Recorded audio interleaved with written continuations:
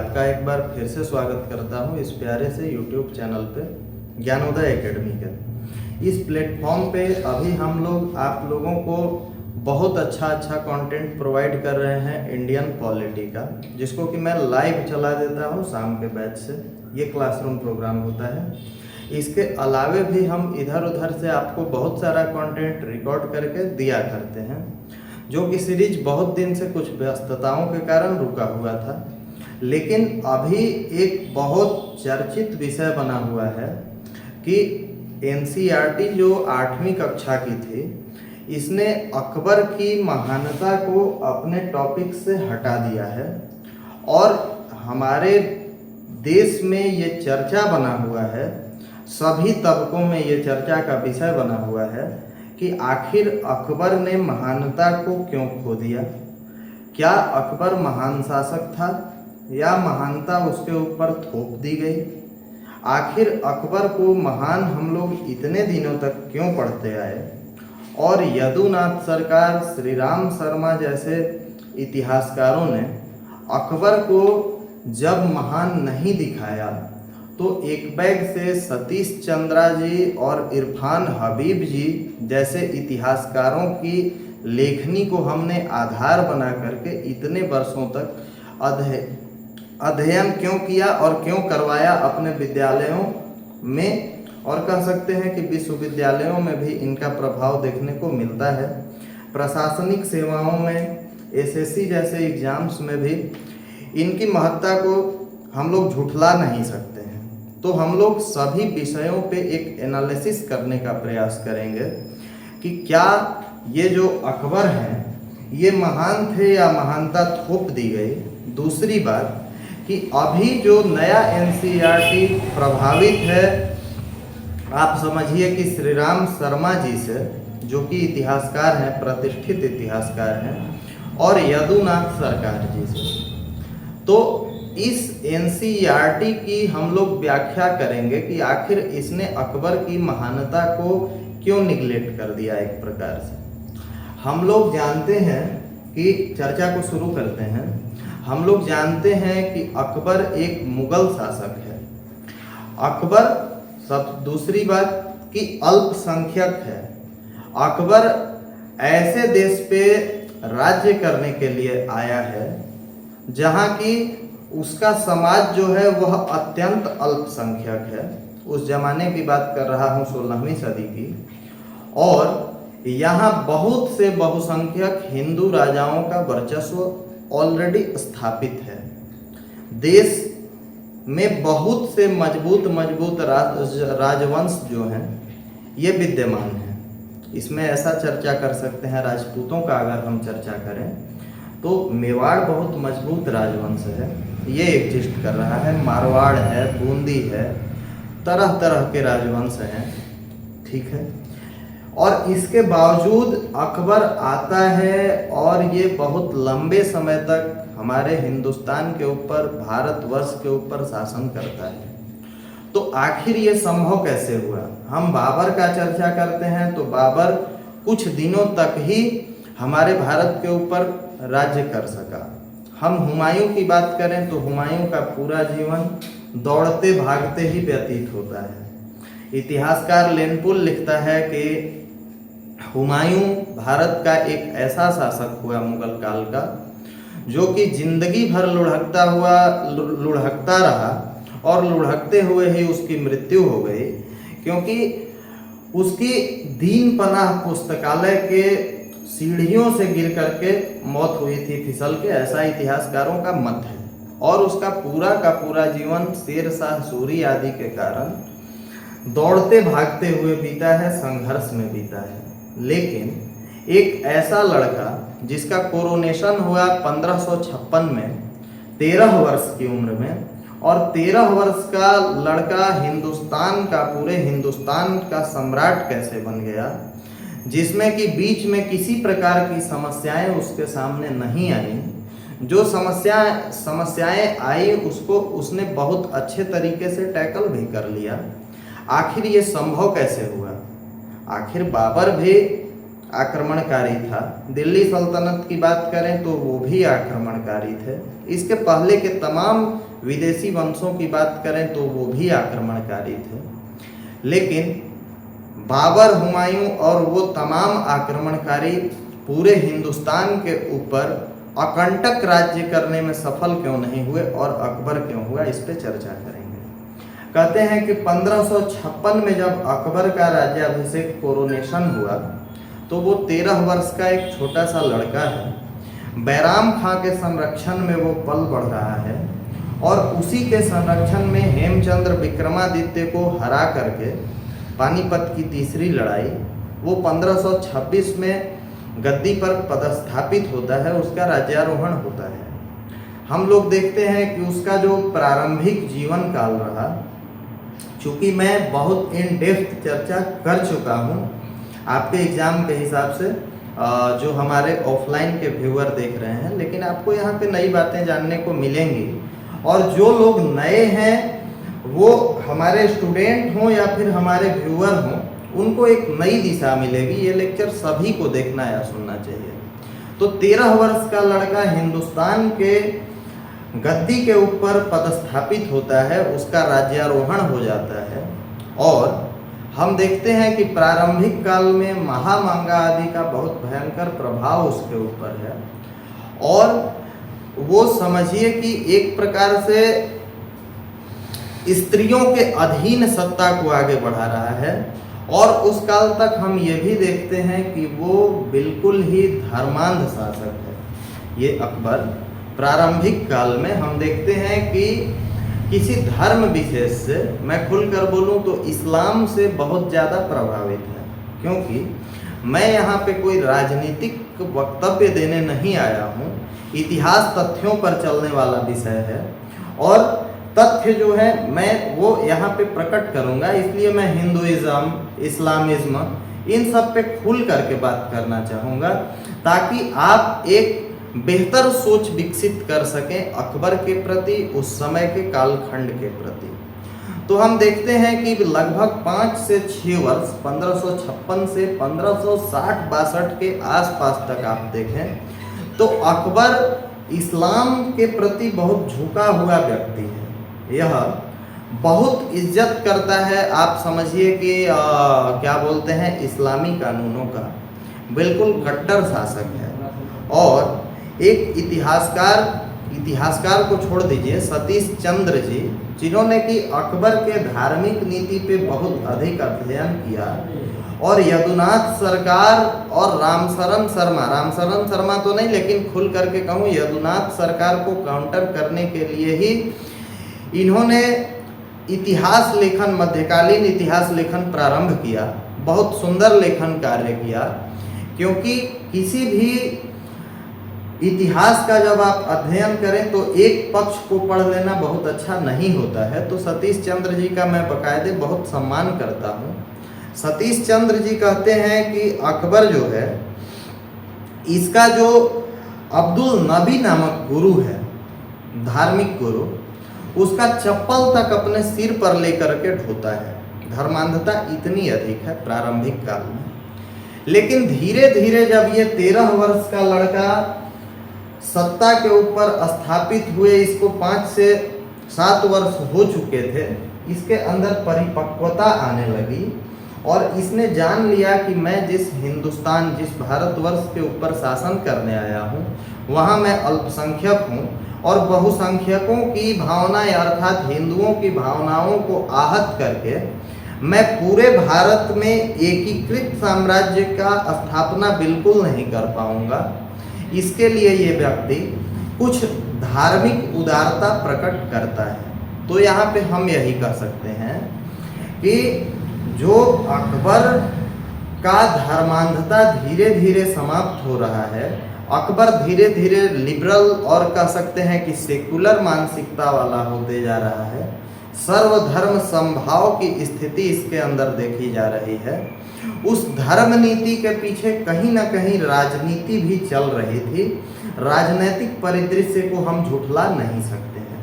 चूँकि व्याख्या अभी हमारी और भी लंबी है, तो आप हमारे साथ बने रहें।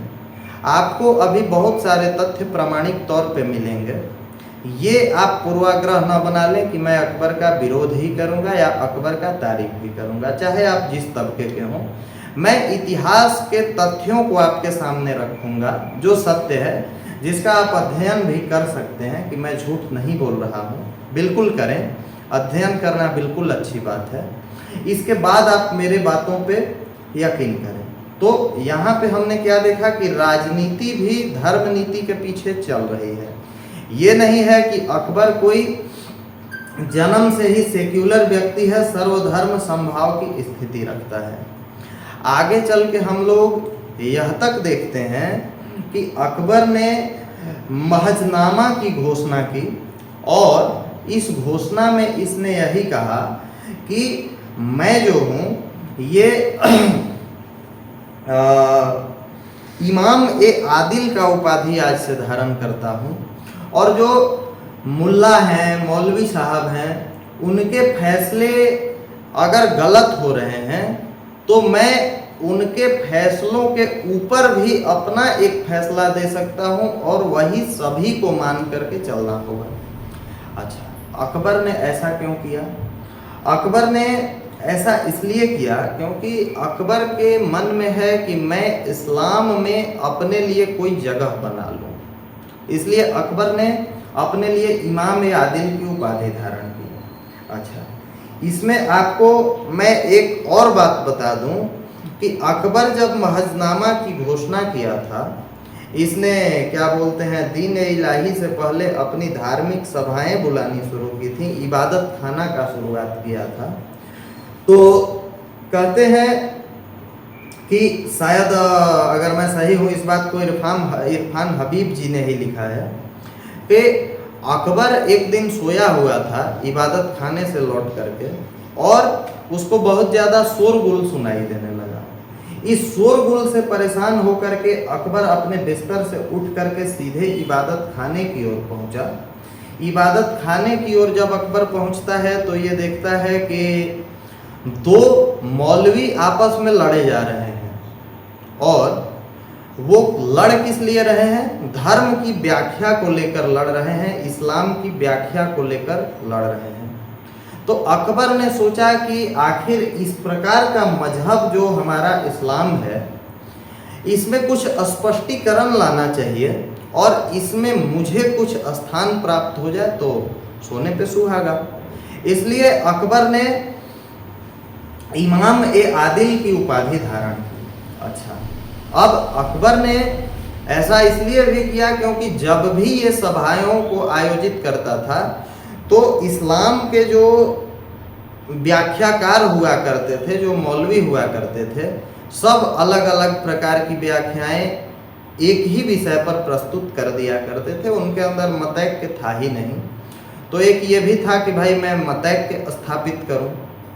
अब इस विचार से समझ जाइए कि जो मुस्लिम धर्म के कट्टर धार्मिक व्यक्ति थे, जो मौलवी आदि थे, उन्होंने इसका भयंकर विरोध किया और 1568 में अकबर का ही एक भाई है मिर्जा हाकिम, उसको राजा भी घोषित कर दिया गया।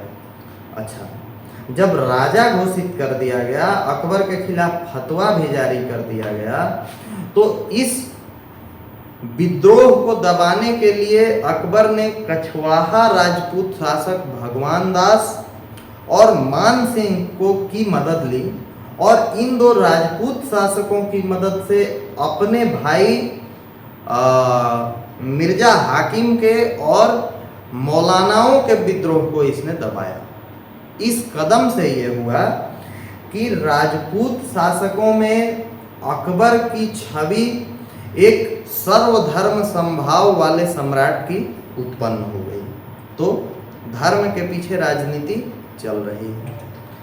यहाँ पे इतना हमने चर्चा कर लिया, इसके आगे हमें और चर्चा करना चाहिए और अकबर के कुछ अन्य पक्षों को भी देखना चाहिए।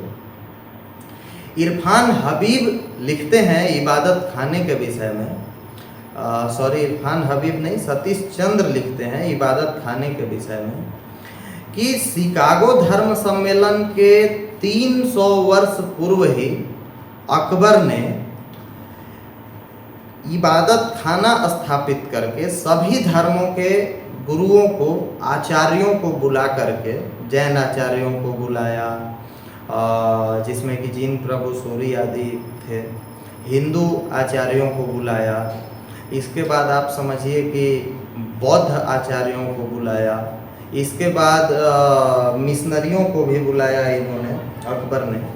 तो कहते हैं सतीश चंद्र जी की अकबर एक ऐसा शासक है, ऐसा विजनरी शासक है जो 16वीं सदी में शिकागो धर्म सम्मेलन के 300 वर्ष पूर्व इतना विजनरी है कि वो धर्म सभाएं आयोजित कर रहा है। तो एक ये बात हुई। दूसरा, एक और व्यक्ति हमें लेकर के चलना होगा, बदायूनी। बदायूनी अकबर का ही इतिहासकार है और बदायूनी धार्मिक कट्टर इंसान है। बदायूनी अकबर के लिए हमेशा बुरी बातें लिखता है। इससे हमें ये पता चलता है कि बदायूनी जैसा कट्टर मुसलमान अगर अकबर के लिए बुरा भला लिख रहा है तो इसका अर्थ ये हुआ कि अकबर पूर्ण रूप से इस्लामिक गतिविधियों को, इस्लामिक धर्म को या तो मान नहीं रहा है, समझ गए, या तो इस्लाम की मान बिंदुओं की रक्षा नहीं कर रहा है। इसलिए तो बदायूनी जैसा कट्टर मुसलमान अकबर के लिए ऐसा लिख रहा है। आप जगह जगह पर देखेंगे कि बदायूनी अकबर के विरोध में ही लिखता है। लेकिन ये सॉरी, कोई बात नहीं, हम लोग चर्चा जारी रखते हैं। बिजली कट गई थी, फिर से कंटिन्यू करते हैं। तो बदायूनी जैसा कट्टर इतिहासकार अकबर का बार बार आलोचना ही करता है और वो कहता है कि अकबर जो है यह इस्लाम का बहुत ज़्यादा, समझ जाइए कि निम्नीकरण कर रहा है। अकबर इस्लाम के लिए कुछ कर नहीं रहा है, यह इस्लाम का दोषी है। इस तरह की बातें बदायूनी ने कई दफ़ा लिखी। तो इससे यही पता चलता है ना कि वो पूर्ण रूप से इस्लामिक मान बिंदुओं पे काबिज नहीं है, वो इस्लामी मान बिंदुओं पर काबिज नहीं है। इसका अर्थ ये निकलता है कि वो कहीं ना कहीं सभी धर्मों को सम्मान देता है। तो यहाँ पे अकबर की महानता ख्यापित होती है।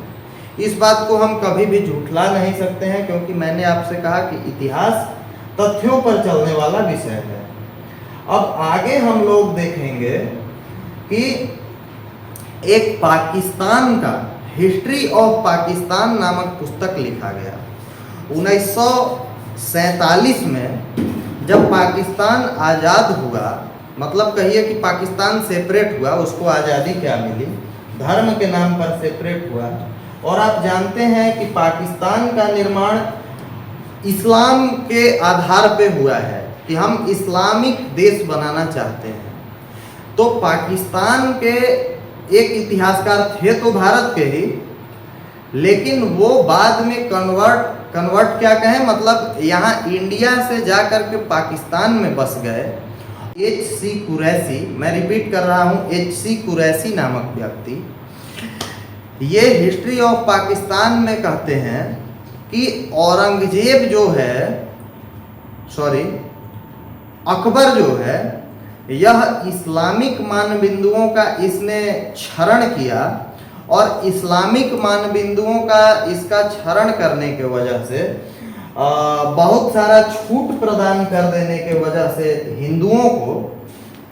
हिंदुओं ने जो है सो, आप समझ जाइए कि हिंदुओं का मन बढ़ गया, और हिंदुओं का मन बढ़ गया तो वो इस्लाम के पैरेलल खड़े हो गए अकबर के चलते। इस तरह के तथ्य H.C. मुखर्जी साहब लिखते हैं। और आप ये बताइए, अगर H.C. मुखर्जी बोल रहा हूँ, H.C. कुरैशी जैसे इतिहासकार इस तरह का तथ्य लिख रहे हैं जो कि बिल्कुल भारत विरोधी हैं, पाकिस्तान समर्थक हैं, इस्लाम समर्थक हैं पूर्ण रूप से, तो आप क्या कह सकते हैं? यहाँ तो अकबर की महानता ख्यापित हो ही रही है, इस बात को हम झुठला नहीं सकते हैं। महानता ख्यापित हो न हो, लेकिन ये बात तो ख्यापित हो जा रहा है कि अकबर कट्टर मुसलमान शासक नहीं था, वो कुछ उदार शासक था। ये दो बातें इस बात को ख्यापित कर ही कर रही हैं। अच्छा, हम इस बात से भी डिनाई नहीं कर सकते हैं कि अकबर जो है ये एक मजबूत शासक है और अकबर ने ऐसे क्या बोलते हैं कि धर्म को ऐसे देश को स्थापित किया है, ऐसे साम्राज्य को स्थापित किया है कि अकबर के मरने के सैकड़ों सालों के बाद अंग्रेज जब यहाँ पर आते हैं हमारे यहाँ, तो अंग्रेज भी उस प्रकार का जो है वर्चस्व नहीं स्थापित कर पाए। महारानी विक्टोरिया को उन्होंने बहुत ज़्यादा प्रसारित करने का कोशिश किया, लेकिन अकबर के साम्राज्य के समकक्ष या मुगलों के समकक्ष गिरे हुए दिन में भी कभी भी समझ जाइए कि अंग्रेज शासक नहीं आ सके। अगर अकबर के शासनकाल को देश के विनाशक शासनकाल की संज्ञा दी जाए तो अंग्रेजों के शासनकाल को महाप्रलय की संज्ञा दी जानी चाहिए। ठीक है, तो इस हिसाब से अगर हम देखें, जो 2-3 तथ्य मैंने आपके सामने प्रस्तुत किए, तो हम यही कह सकते हैं कुल मिलाकर के कि धर्म के पीछे भले, धार्मिक नीति के पीछे भले राजनीति चल रही हो, लेकिन अकबर पूर्ण रूप से धार्मिक कट्टर नहीं है। इसी बीच एक तस्वीर मैं आपको और भी दिखा दूं, शायद थोड़ा सा ब्लर तस्वीर लगे आपको।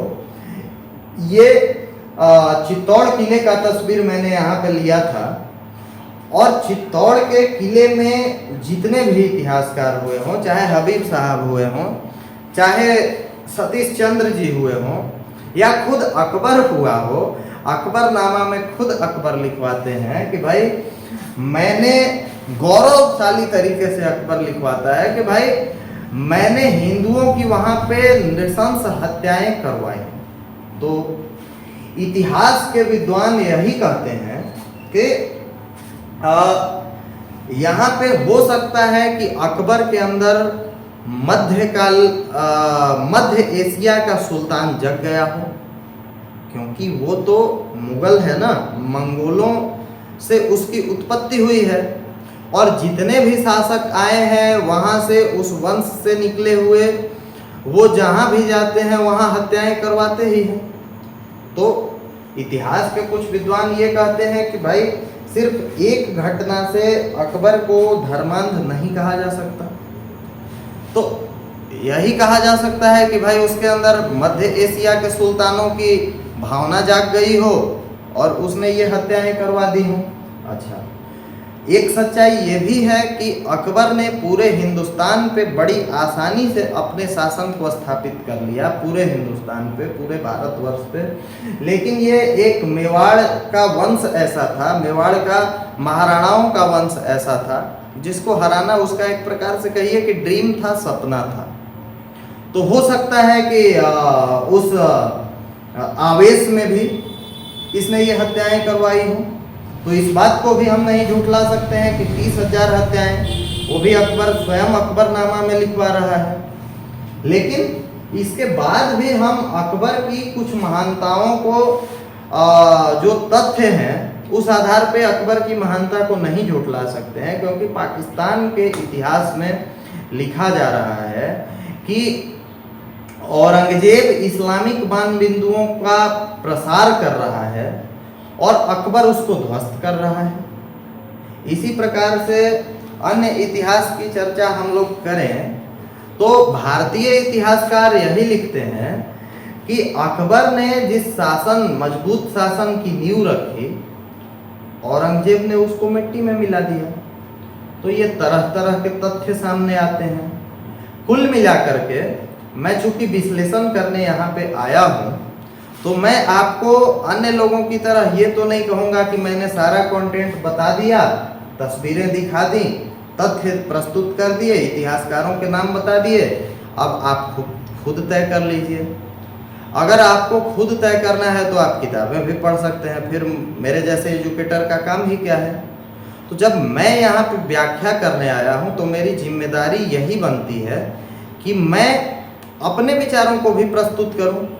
तो मेरा कंक्लूजन यही निकल के आ रहा है, मेरा निष्कर्ष यही निकल रहा है कि बहुत से परिस्थिति ऐसे मतलब बहुत सी परिस्थितियां ऐसी होती हैं जो मजबूर करती हैं शासकों को कुछ कदम उठाने के लिए। जैसे 1971 में मुक्ति वाहिनी की स्थापना इंदिरा गांधी का कोई शौक नहीं था, वो परिस्थितियां थी। सर्जिकल स्ट्राइक नरेंद्र मोदी जी का कोई शौक नहीं था, परिस्थितियां थी। तो बहुत सी घटनाएं परिस्थिति जन्य होती हैं और अकबर जैसे शासक को हम सिर्फ धार्मिक व्यक्ति, धार्मिक नेता के रूप में नहीं देख सकते। अकबर ने लगभग 50 साल तक इस भारतवर्ष के ऊपर शासन किया है, तो उसे हम एक शासक के रूप में देखेंगे। और जब शासक के रूप में देखेंगे तो राजपूतों से उसका जो संबंध स्थापित करने का तरीका है उसकी एक कूटनीति कहेंगे। इसको हम लोग नहीं कह सकते हैं कि इतिहास के दृष्टिकोण से कि ये अकबर की क्या बोल सकते हैं कि धर्मांधता है। ये अकबर की एक कूटनीति है और कोई भी शासक अगर अच्छा कूटनीतिज्ञ है तो वो शासक अच्छा बन के उभरता है भाई। और कुल मिला के अगर देखा जाए तो अकबर के शासनकाल में, मुगल शासनकाल में लगभग 25 से 30% इकोनॉमी, वर्ल्ड इकोनॉमी का 25 से 30% हिस्सा भारत का है। चाहे भले फैक्ट हो कि उसका 25 से 30% या उससे भी ज़्यादा, एग्जैक्ट फिगर नहीं बता पा रहा हूँ, लेकिन बहुत ज़्यादा मराठा साम्राज्य से निकल के आ रहा है। लेकिन आ कहाँ रहा है? वो मुगल साम्राज्य के पास ही तो गिना जा रहा है। तो इकोनॉमिक ग्रोथ और सर्वधर्म समभाव की स्थिति। एक और बात ऐड करना चाहूँगा, सामान्यतः ये बात देखने को नहीं मिलती, लेकिन मेरा खुद का इतिहास का जो थोड़ा सा अध्ययन रहा है वो यही कहता है कि आप जब इस्लामिक परंपराओं का अध्ययन करेंगे तो अकबर से पूर्व की जो इस्लामिक परंपराएं रही हैं, जैसे हमारे यहाँ शंकराचार्य महाराज की परंपरा, रामानुजाचार्य भगवान, रामानंदाचार्य भगवान की परंपराएं हुई, उसी प्रकार से इस्लाम के जो मौलवीगण हुए उनकी भी परंपराएं हुई, बहुत सी परंपराएं हुई। तो उनमें से बहुत सी परंपराएं अकबर के समकक्ष की परंपराएं या अकबर के बाद की परंपराओं का, इस्लामिक परंपराओं का जब अध्ययन करेंगे तो उन परंपराओं में भारतीत्व दिख रहा है आपको, बुद्ध का प्रभाव दिख रहा है, हिंदुत्व का प्रभाव दिख रहा है, जैनिज्म का प्रभाव दिख रहा है। बाकी मध्य एशिया के मुस्लिम परंपराओं से इतर भारतीय परंपरा है, इसलिए यहाँ पे हिंदू मुस्लिम भाई भाई जैसे नारे लगते हैं और इतने वर्ष तक हिंदू और मुसलमान एक साथ रह पाते हैं। क्यों?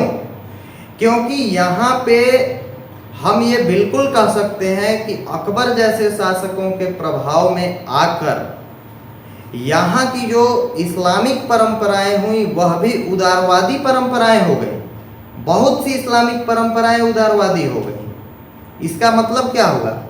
अगर इस्लाम की शाखाएं उदारवादी हो रही हैं, इसका मतलब यही हो रहा है कि भारत में उसके जो अनुयायी हैं उस परंपरा के, वो भी उदार हो रहे हैं। और इसी का परिणाम हम देखते हैं कि भारतवर्ष में आज भी हिंदू और मुसलमान उसी सौहार्द के साथ रह पा रहे हैं जिस सौहार्द के साथ प्राचीन काल में, बल्कि उससे बढ़िया सौहार्द स्थापित हुआ धीरे धीरे। तो ये सारे प्रभाव अकबर के कहे जा सकते हैं या मुझे इतिहास में दिखते हैं। तो अकबर की महानता एनसीईआरटी से खत्म कर दी गई या हटा दी गई, ये अलग विषय हो सकता है, लेकिन समग्र इतिहास का जब हम अध्ययन करेंगे तो उसे झूठला भी नहीं सकते हैं। अच्छा, अकबर ने एक नए पंथ दीन इलाही की शुरुआत की। यह ठीक उसी प्रकार है जैसे बौद्धिज्म के प्रभाव में रहते हुए धम्म चक्र का अशोक ने प्रतिस्थापना किया। ठीक उसी प्रकार से अकबर भी सभी परंपराओं की अच्छी बातों को लेकर के एक पंथ स्थापित करना चाह रहा है। ये अलग बात है कि सिर्फ 27 लोगों ने या 19 लोगों, सॉरी जो एडजेक्ट फिकर हो, लोगों ने ही उसे स्वीकार किया जो कि अकबर के काफी करीबी या परिवार से के सदस्य थे। लेकिन इन सभी विषयों को देखने के बाद, इन सभी बिंदुओं को देखने के बाद हम यही निष्कर्ष पर आ सकते हैं कि ठीक है, राजाओं के बहुत से सही पक्ष होते हैं, बहुत से उनके गलत पक्ष होते हैं, लेकिन इसके बाद केंद्र में हमें देश को रखना चाहिए। और हम यही देखते हैं कि अकबर ने अपने समय में एक केंद्रीयकृत सत्ता को स्थापित किया। इस बात से भी इनकार नहीं है कि इससे पूर्व, अकबर के पूर्व जो शासक हुए दिल्ली सल्तनत आदि के, सल्तनत कालीन शासक, उन्होंने भी प्रयास किया कि दक्षिण को जीता जाए। खिलजी ने बहुत सारे प्रयास किए, इल्तुतमिश के क्या बोलते हैं प्रयास थे, अन्य लोगों के प्रयास थे, लेकिन वो प्रयास उतने सफल होते हुए हमको नहीं दिख रहे थे। लेकिन अकबर ने उत्तर और दक्षिण को मिलाया, तो हम यही कह सकते हैं कि ये राष्ट्र का केंद्रीयकरण भी कर रहा है भाई। तो यहाँ से हम यही कह सकते हैं कि हमें किसी भी व्यक्ति के एक पक्ष का अध्ययन नहीं करना चाहिए। हमें यदुनाथ सरकार और राम शरण शर्मा के तरह ये भी नहीं कह देना चाहिए कि अकबर पूर्ण रूप से सही शासक नहीं है, धर्मांध शासक है। और हमें इरफान हबीब जी और सतीश चंद्र जी की तरह ये भी नहीं कह देना चाहिए कि नहीं, अकबर बिल्कुल महान शासक है, उससे महान कोई शासक नहीं हुआ। हमें एक रास्ता बनाना चाहिए जिसमें कि हम दोनों विषयों का अध्ययन करें, दोनों पक्षों का अध्ययन करें और बीच का अपना विचार प्रस्फुटित करें, तो हमारा अध्ययन पुष्ट होगा और हम इतिहास के जानकार कहे जाएंगे। अन्यथा टीवी डिबेट पर हम घर में बैठ के बहस कर सकते हैं। अगर किसी कॉलेज में या किसी इतिहास के प्राध्यापक के सामने हम जाएंगे, इतिहास के किसी जानकार के सामने जाएंगे और आधी बात बोलेंगे कि अकबर महान था, नहीं अकबर महान नहीं, गैर महान था, तो वो हमें सही नज़र से नहीं देखेंगे। क्यों? क्योंकि इतिहास तो तथ्यों पे चलता है।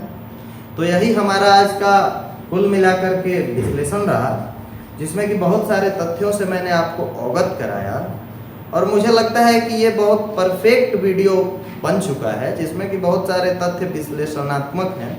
इसको स्टूडेंट तो देखें ही देखें, इसके अलावे जो अदर व्यूअर हैं वो भी जरूर देखें। कहीं से भी डिबेट के शिकार ना हो, कहीं से भी ऐसे शिकार ना हो कि नेताजी ने रेला लगा दिया और उसके पीछे भेड़ के पीछे भेड़ कुएं में गिर गए, ऐसा ना हो। आपका अपना विचार हो, इसलिए इसको देखें। ज्ञानोदय एकेडमी का हमेशा से यही प्रयास रहता है और बल्कि मैं आपसे ये भी बता दूं, कहते हुए गर्व भी होता है कि झारखंड से बहुत से बड़े बड़े चैनलों को देखने के बाद मैं कंक्लूजन निकाल करके गारंटी के साथ ये कह सकता हूं कि ऐसे देश से जुड़े हुए जो विषय हैं वो झारखंड के जितने भी एकेडमीज हैं उसमें एकमात्र ज्ञानोदय एकेडमी है जो कि ऐसे विषयों को कवर करता है जो देश हित के लिए हो, जो देश की जनता की जानकारी को बढ़ाने के लिए हो, जो राज्य की जनता की जानकारी को बढ़ाने के लिए हो, उनका कल्याण करने के लिए हो। वन लाइनर फैक्ट या फिर कॉन्सेप्ट हम भी खूब लिखवाते हैं भाई, आकर के चेक कर लीजिएगा हमारा पॉलिटी का प्लेलिस्ट। कुछ दिन में मैथ्स की क्लासेस भी लगाई जाएंगी, वो हम भी कर पाते हैं। लेकिन जरूरत है देश को एजुकेट करने की, ये नहीं कि सिर्फ फैक्ट का संग्रह करा दिए। फैक्ट का संग्रह कराने वाले बच्चों को मैंने बहुत देखा है, मेरे ही क्लास में बहुत से बच्चे हैं जिनको बहुत सारा फैक्ट मुझसे ज़्यादा याद है, लेकिन इसके बाद भी जो विश्लेषणात्मक ज्ञान है उसकी कमी है। तो विश्लेषणात्मक ज्ञान बढ़ने को ही शिक्षा का प्रकाश कहते हैं। तो इस प्रयास में ज्ञानोदय एकेडमी डाल्टनगंज लगातार लगा हुआ है। इस प्रयास में आपके साथ की भी आवश्यकता है। और भी सीरीज चलाई जाएंगी, पॉलिटी के बाद ज्योग्राफी, इस तरह की क्लासेज, करंट के कुछ अपडेट्स रह के मैं लाता रहूँगा। इसलिए ज्ञानोदय एकेडमी के साथ बने रहें, वीडियोज को कुछ शेयर कर दें, सपोर्ट करें हमें। एक प्यारा सा कमेंट जरूर दे करके जाएं और इस वीडियो के लिए फीडबैक जरूर दें कि आखिर ये वीडियो कैसा लगा, अकबर के प्रति आपके क्या विचार हैं, एनसीईआरटी के प्रति जो भी आपके मन में आए। मेरे प्रयास के लिए, इस वीडियो के लिए आपको जो भी मन में आए कि हाँ मैंने वीडियो सही बनाया, गलत बनाया, अच्छा बनाया, बुरा बनाया, एक कमेंट जरूर करें आप लोग, जिससे कि हमें पता चले कि जो कंटेंट हम आपको प्रोवाइड करवा रहे हैं आपके लिए किस प्रकार का फायदेमंद है, नहीं है। इतने के साथ ही आप सभी को नमस्कार। आप हमारे सुबह शाम के फाउंडेशन बैच को ज्वाइन कर सकते हैं। पलामू, गढ़वा, लातेहार के स्टूडेंट हैं तो ऑफलाइन बैचेस उपलब्ध हैं, यूट्यूब पे बैचेस उपलब्ध ही हैं। तो सभी प्रकार से आप हमसे कनेक्ट कर सकते हैं और शिक्षा का अलग जगा सकते हैं, क्योंकि हम हैं ज्ञानोदय और ये ज्ञानोदय ज्ञान का भंडार है।